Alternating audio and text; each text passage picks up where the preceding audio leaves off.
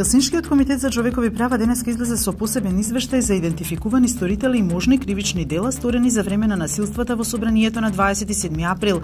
Извештајот содржи вкупно 27 кривични дела, од кои за 17 веќе постоја значителен број на докази и 10 кривични дела за кои постои сомнение дека се извршени, а кои произлегуваат од 8 поглавја од кривичниот законник.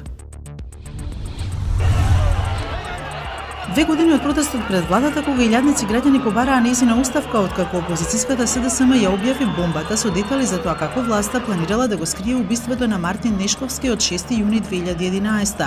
Тој се смета и за предвесник на шарената револуција. Меѓународниот монетарен фонд ја зголеми прогнозата за глобалниот раст, но предупреди дека протекционистичките политики му се закануваат на економското заздравување во светски рамки.